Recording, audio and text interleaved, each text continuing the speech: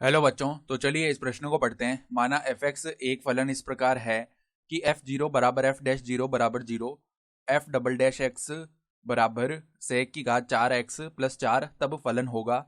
विकल्प A log मापांक sine x plus 1/3 tan की घात 3x प्लस एक्स। विकल्प बी 2/3 लॉग मापांक sec x plus 1/6 tan square x plus 2x²। विकल्प सी लॉग मापांक cos x plus 1/6 cos square x plus x² बटा 5। और विकल्प डी उपरोक्त में से कोई नहीं।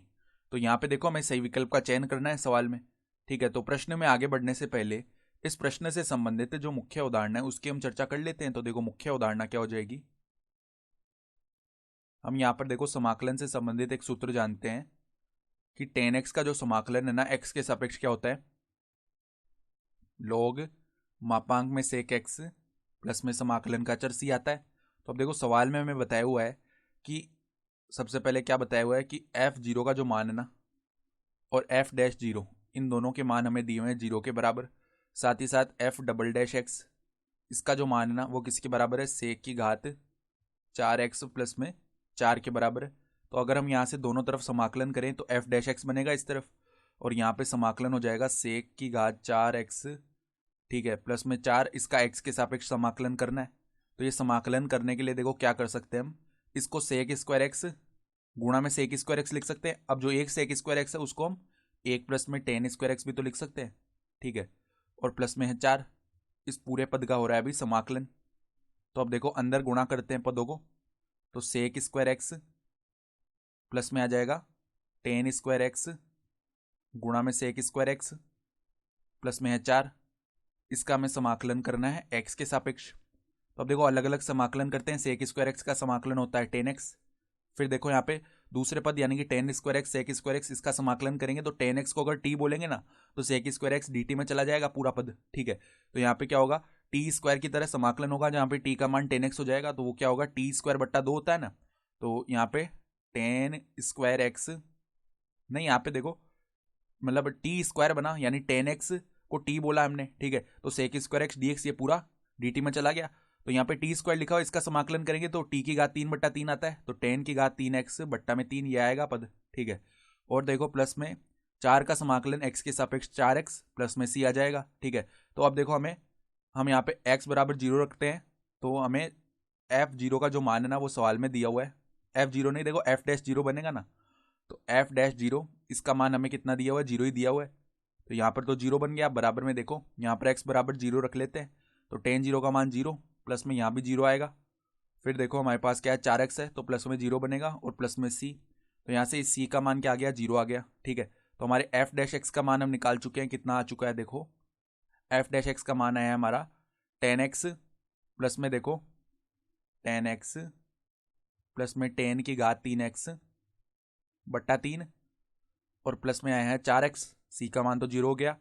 तो अब दोनों तरफ पुनः समाकलन करते हैं तो एफ एक्स का मान क्या आ जाएगा, देखो यहाँ पर समाकलन हो जाएगा किसका, 10x का, प्लस में इस 10 की घात 3x को हम ऐसे लिख सकते हैं, देखो 10x गुणा में 10 स्क्वायर एक्स आएगा, तो उस 10 स्क्वायर एक्स को हम क्या लिख रहे हैं, सेक स्क्वायर एक्स -1, ठीक है, बट्टा में है x, ठीक है। और यहाँ पर देखो बट्टा में x नहीं आएगा, देखो बट्टा में यहाँ पे 3 है ना, तो हमने गड़बड़ कर दी, x नहीं है यहाँ पे 3 है बट्टा में, ठीक है। और प्लस में है 4x, इस पूरे पद का भी समाकलन करना है हमें x के सापेक्ष, सही है। तो अब देखो कैसे समाकलन करते हैं, अलग अलग पदों का समाकलन करेंगे तो पहले समाकलन आ जाएगा 10x dx, फिर देखो प्लस में 1/3 को बाहर निकाल दिया, समाकलन कर देंगे 10x गुणा में सेक स्क्वायर एक्स, देखो अंदर गुणा कर लेते हैं चलो पदों को, ठीक है। तो 10x सेक स्क्वायर एक्स बनेगा एक पद तो, और माइनस में क्या आ जाएगा, 10x आ जाएगा, ठीक है। इस पूरे पद का समाकलन करना है। फिर प्लस में देखो 4 को हमने बाहर निकाल लिया और यहाँ पे समाकलन के अंदर x dx आ जाएगा। तो अब देखो समाकलन करते हैं, एफ एक्स का मान क्या बनेगा, एफ एक्स बराबर में 10x का समाकलन होता है लोग मापांक में सेक एक्स, सही है। फिर देखो यहाँ पे जब हम 10x को t बोलेंगे ना तो सेक स्क्वायर एक्स dx पूरा dt में चला जाएगा। यहाँ पर पहले अलग अलग कर लेते हैं चलो पदों को, फिर करेंगे समाकलन। तो प्लस में देखो 1/3, यहाँ पर पदों को अलग अलग करके लिखेंगे तो 10x सेक स्क्वायर एक्स dx, एक तो ये आएगा समाकलन में 10x सेक स्क्वायर एक्स dx, ये आ गया।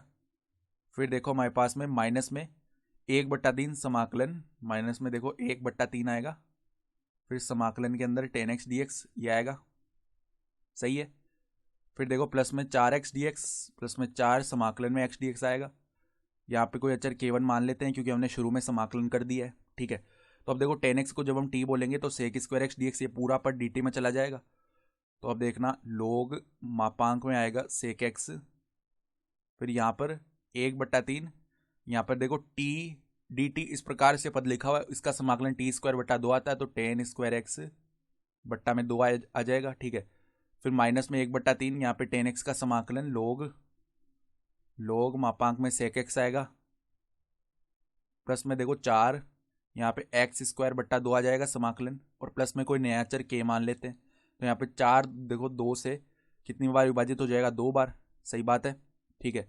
तो अब देखना यहाँ पे किस प्रकार का पद बनेगा। अब हमारे पास में आगे अगर हम पद बनाना चाहें तो देखो ये तो यहाँ पे इसके गुणा में 1 लिखा हुआ है पूरे पद के, और इस पद के गुणा में माइनस का 1/3 है, तो 1 माइनस 1/3 2/3 बन गया, तो 2/3 log मापांक में sec x, फिर देखो प्लस में यहाँ पर क्या आ जाएगा 1/6 tan² x, ठीक है, प्लस में आ जाएगा 2x² प्लस में k। तो अब हमें सवाल में बताया है कि f0 का जो मान है ना वो भी 0 है, तो x बराबर 0 रखते हैं। तो 0 बराबर देखो sec 0 का मान होता है कितना होता है, 1 होता है, log 1 का मान 0, ये पद पूरा 0 बनेगा, फिर आगे वाला पद भी 0, आगे वाला पद भी 0, तो k का मान भी 0 आ गया, ठीक है। तो हमारे पास में फलन fx क्या बनेगा देखना, अब 2/3 log मापांक में sec x, प्लस में देखो कौन सा पद बनेगा अब हमारे पास में, यहाँ पर 1/6 tan² x, देखो 1/6 tan² x प्लस में 2x² ये पद आ गया, k का मान तो 0 हो चुका है। तो यहाँ से अगर हम विकल्प देखें ना तो विकल्प भी हमारा सही विकल्प आ रहा है, ठीक है। तो आशा करता हूँ कि आपको ये प्रश्न समझ में आया होगा। धन्यवाद।